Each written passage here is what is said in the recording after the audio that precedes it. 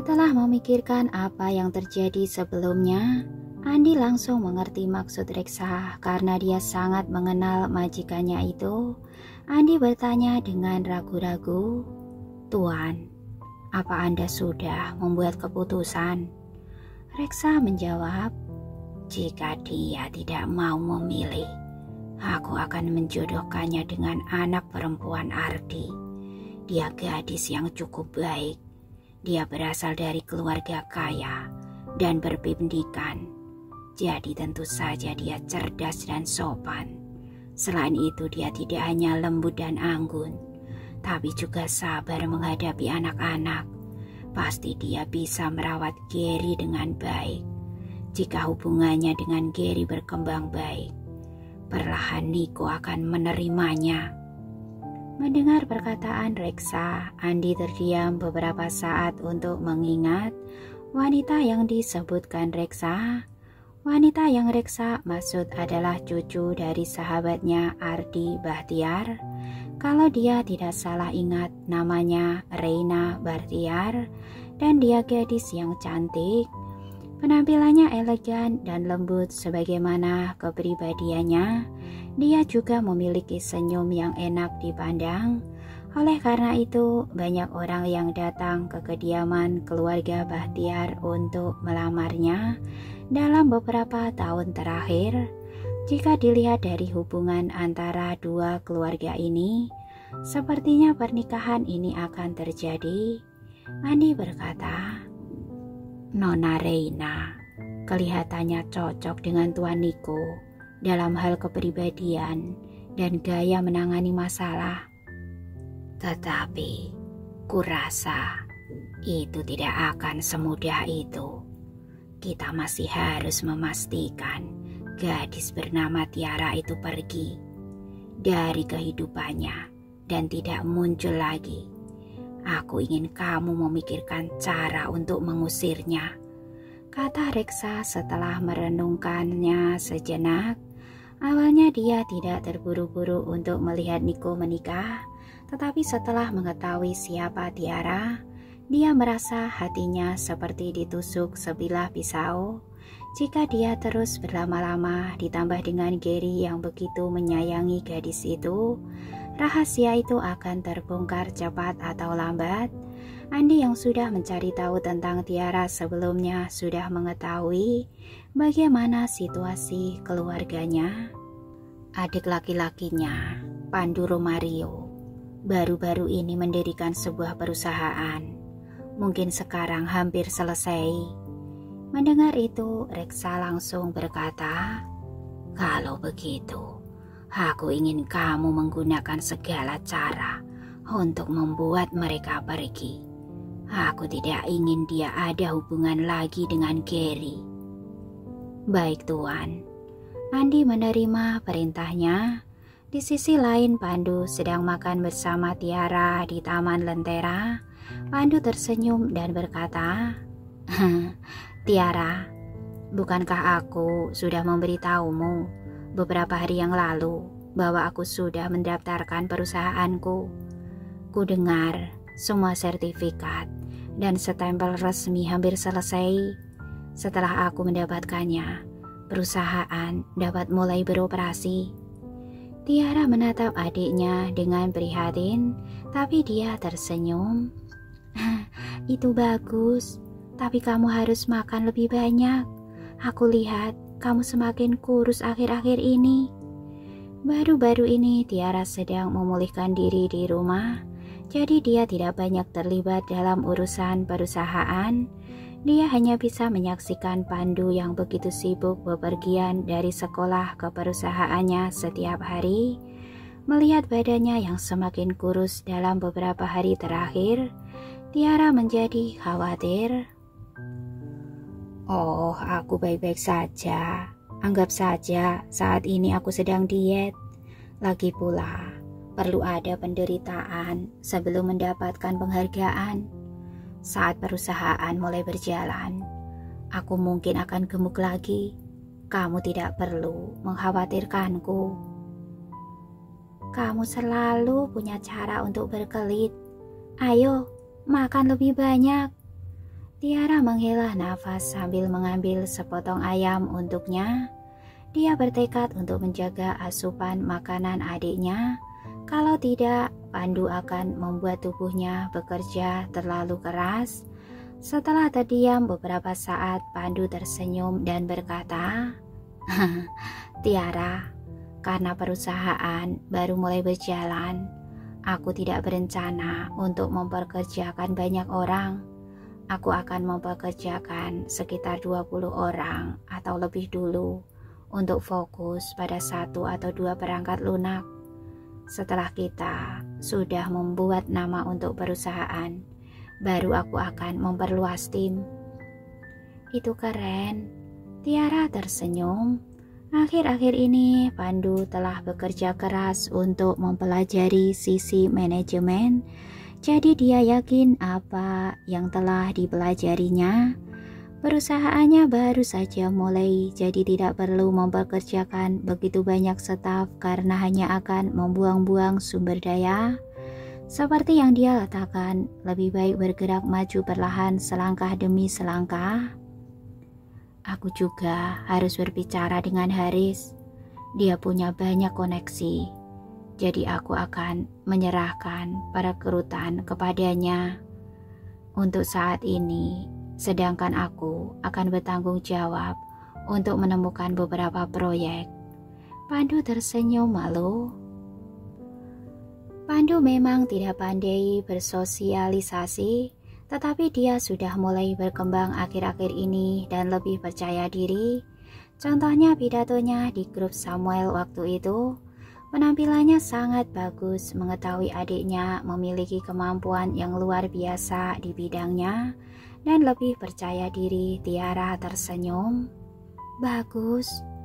Setiap kali Pandu bercerita tentang perusahaannya, matanya selalu berbinar. Tiara bisa melihat dengan jelas semangat membara seorang pemuda yang berjuang untuk meraih mimpinya. Kemudian Tiara mengambil 2 buah gelas, menuangkan minuman ke dalamnya dan memberikannya ke Pandu. Meskipun kita tidak memiliki anggur, aku ingin perusahaanmu memiliki masa depan yang stabil, bahkan lebih baik. Pandu sedikit terkejut untuk sesaat, tetapi kemudian dia tersenyum dan mendentingkan gelas itu pada gelas kakaknya. Terima kasih. Mereka berdua mengobrol tentang masa depan mereka di sofa. Setiap kali percakapan menjadi menarik, Pandu akan menggerakkan tangannya untuk menunjukkan idenya. Namun persetujuan yang dia sebutkan beberapa hari lalu tiba-tiba hilang tanpa jejak. Pandu merasa ada yang tidak beres. Dia pun langsung pergi ke agensi untuk menanyakan perkembangannya, tetapi dia tidak menerima jawaban apapun. Dia hanya diberitahu bahwa materinya tidak sesuai standar tanpa menyebutkan masalahnya secara detail. Beberapa hari berikutnya dia pergi ke agensi lagi dan lagi, tetapi selalu tidak membuahkan hasil. Pandu takut Tiara akan mengkhawatirkannya, jadi dia tidak menceritakan hal ini padanya. Semakin dia sibuk, senyum yang dulu muncul di wajahnya juga memudar. Setiap kali dia kembali ke rumah, dia akan mengunci diri di kamarnya untuk mempelajari beberapa informasi. Ketika Tiara menyadari ada yang tidak beres dengannya, dia menduga pasti ada masalah dengan perusahaannya. Tiara pun pergi untuk meminta informasi kepada Haris. Kemudian dia menemukan bahwa Haris sendiri juga dalam keadaan frustasi dan tidak tahu bagaimana menghadapi situasi atau harus mulai dari mana. Setelah menghela nafas, Tiara dengan lembut mengetuk kamar Pandu lalu masuk. Ada apa? Tanya Pandu. Tiara membelai rambut adiknya dan berkata dengan khawatir, Aku sudah tahu tentang perusahaanmu. Kamu tidak perlu menyembunyikannya dariku. Kita bisa menangani masalah ini bersama-sama. Mendengarkan kata-katanya yang begitu hangat, Pandu tiba-tiba merasa sedikit sedih. Setelah berpura-pura tenang di depannya, dia tidak lagi menyembunyikan masalah dari Tiara. dan mulai menceritakan percakapan dirinya dengan agensi sebelumnya. Tapi aku sudah cek semua informasi dan indikatorku sudah memenuhi standar, bahkan lebih. Aku tidak mengerti kenapa unit yang menangani dokumen itu terus mengatakan bahwa kualifikasi kami tidak cukup untuk mendirikan sebuah perusahaan. Oleh karena itu, sertifikat yang seharusnya datang kepada kita sekarang ditahan dan prosesnya juga benar-benar berhenti. Aku sudah berkali-kali bertanya, tetapi mereka selalu memberiku penjelasan yang tidak jelas. Mereka sama sekali tidak mau berkomunikasi denganku tentang di mana letak masalahnya atau apa yang bisa aku lakukan untuk memperbaikinya. Saat menjelaskan situasinya, Pandu sedikit jengkel. Dia telah membuat persiapan matang sebelumnya. Dia tidak dapat menerima kenyataan bahwa materi dan kualifikasinya kurang. Sesuatu seperti ini seharusnya tidak terjadi. Namun mereka menolak memberitahu apa yang salah dan mereka terus memintanya untuk melupakan ide untuk membuka perusahaan. Pandu tidak bisa menerima ini, tidak sama sekali. Jelas tidak ada yang salah dengan perusahaannya.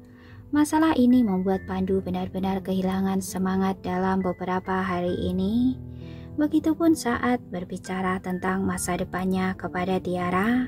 Melihat betapa frustasinya dia, Tiara menjadi semakin khawatir. Tiara tahu bahwa adiknya telah berkorban banyak untuk perusahaan ini karena ini adalah mimpinya. Awalnya mereka berpikir bahwa semua akan berjalan lancar, tetapi sekarang semuanya hancur. Tentu saja ini menjadi pukulan besar untuk adiknya. Selama kita bersama, akan ada banyak cara untuk menyelesaikan masalah ini. Jangan khawatir, aku di sini untukmu. Apapun yang terjadi, aku akan selalu bersamamu agar kamu bisa berbagi masalah denganku. Tiara menghibur adiknya sambil memeluknya. Tiba-tiba dia ingat dengan Adam yang sebelumnya bilang bahwa dia memiliki kerabat yang bekerja di institusi itu. Saat ini National Symphony Concerto sedang berlatih. Adam sedikit terkejut melihat Tiara datang. Dia berpikir bahwa gadis ini datang ke sini untuk kembali berlatih. Jadi Adam langsung membawanya ke kantor dan berkata, "Tiara." "Pak Adam, saya datang ke sini bukan untuk melanjutkan latihan. Sebenarnya ada sesuatu yang ingin saya bicarakan. Saya perlu bantuan Anda." Tiara sekira memotong kata-kata Adam. Melihat betapa seriusnya dia, Adam langsung menarik kata-katanya. Dia tahu betul Tiara adalah wanita yang teguh dan jarang meminta bantuan orang. Orang yang paling semangat di orkestra ini adalah dia. Jadi setelah mendengar Tiara membutuhkan bantuannya, Adam langsung menjawab, "Ada apa? Katakan saja." "Adikku baru saja memulai sebuah perusahaan, tetapi proses pendaftarannya tiba-tiba dihentikan tanpa ada penjelasan selama berhari-hari. Bisakah Anda bantu menanyakannya?" Tiara memohon. Mendengar hal itu, Adam merasa itu bukan masalah besar. Dia mengangguk setuju lalu berkata, "Tapi, bukankah kamu berhubungan baik dengan Pak Niko? Kenapa kamu tidak meminta bantuannya?" Tanyanya bingung. Tiara menyembunyikan emosi di matanya. Bahkan jika dia masih berhubungan baik dengan Niko, dia merasa tidak pantas meminta bantuan Niko untuk masalah seperti ini. Dia tersenyum enggan dan berkata, "Dia sangat sibuk.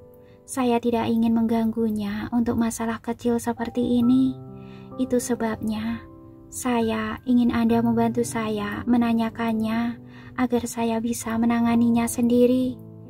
Adam tidak merasa ada yang salah dengan perkataannya. Meski Niko bisa menyelesaikan masalah ini hanya dengan jentikan jari, Tiara selalu bertekad untuk melakukan semuanya sendiri. Pasti saat ini Tiara benar-benar putus asa hingga dia datang kepada Adam untuk meminta bantuan. Kemudian Adam segera menelpon kerabatnya. Tidak lama kemudian dia menutup telepon dan menjelaskannya dengan ragu-ragu. Kerabatku tidak banyak bicara. Dia hanya menduga bahwa kamu mungkin telah menyinggung seseorang dan orang itu sekarang membuat masalah denganmu. Dia mengatakan berdasarkan aset dan kemampuan adikmu, tidak ada masalah sama sekali untuk mendaftarkan perusahaannya. Sebenarnya sertifikatnya juga sudah siap. Tapi Tiara, kurasa aku tidak bisa banyak membantu. Tiara menganggukkan kepalanya kecewa karena tidak bisa menemukan solusi. Namun sekarang dia tahu bahwa seseorang sedang mempermainkan mereka dari balik layar dan dia merasa ada sedikit harapan untuk tetap maju. Setelah pamit dengan Adam, Tiara pun meninggalkan orkestra. Ketika Tiara menemui Pandu di kantornya, dia berkata terus terang, "Aku tahu apa yang terjadi. Apa kamu ada menyinggung seseorang? Atau lebih tepatnya, apa kamu ada masalah dengan seseorang?" Dia merenung sejenak dan menjawab, "Aku tidak tahu. Satu-satunya orang yang punya masalah denganku adalah Surya. Tetapi dia sendiri sekarang sedang kacau. Tidak mungkin dia melakukan apapun padaku, sekalipun dia mau menghalangiku. Kenapa institusi ini mau mendengarkannya?" "Lalu, apa yang terjadi? Apa kamu punya musuh tersembunyi?" Tiara juga bingung karena merasa Surya tidak akan melakukan hal seperti itu. Tidak terasa janji 3 hari Niko dengan Reksa telah tiba. Reksa sama sekali tidak melupakan janji mereka. Begitu Niko sudah menyelesaikannya pekerjaannya, saat itu pula dia menerima telepon dan meminta untuk pulang ke rumah untuk makan malam. Dia tahu bahwa Reksa menginginkan jawaban. Sekalipun Niko menolak untuk pulang hari ini, lelaki tua itu pasti akan memikirkan cara untuk memaksanya datang. Jadi mau tidak mau Niko menyetujuinya. Begitu Niko tiba di kediaman keluarga Samuel, Reksa sudah menunggunya di meja makan. Niko menyapanya, "Kakek, sini, duduklah," panggil Reksa begitu melihat Niko datang. Setelah duduk, Niko menatap lelaki tua itu dan berbicara terus terang, "Kakek, aku tahu kenapa kakek memintaku datang. Aku juga ke sini untuk memberikan jawaban." "Benarkah wanita mana yang kamu sukai?" tanya Reksa dengan tatapan tenang sambil mengetuk-ngetukkan tangannya beberapa kali di atas meja. Sepertinya dia ingin sekali mendengar jawabannya. "Kakek, saat ini aku sedang memikirkan tentang pernikahan. Pernikahan adalah sesuatu yang melibatkan kedua belah pihak, bukan sesuatu yang bisa dipaksakan. Itu sebabnya aku pikir kakek tidak perlu mengkhawatirkan hal itu," jawab Niko terus terang. Reksa tidak terkejut dengan jawabannya. Alih-alih meledak dalam kemarahannya, dia perlahan-lahan berkata, "Aku sudah tahu kamu tidak akan berkompromi." Halo, selamat malam kakak semuanya. Sekian dulu cerita ini, akan saya lanjutkan besok. Dan selamat beristirahat. Semoga cerita ini selalu menghibur kakak semuanya. Terima kasih. Wassalamualaikum warahmatullahi wabarakatuh.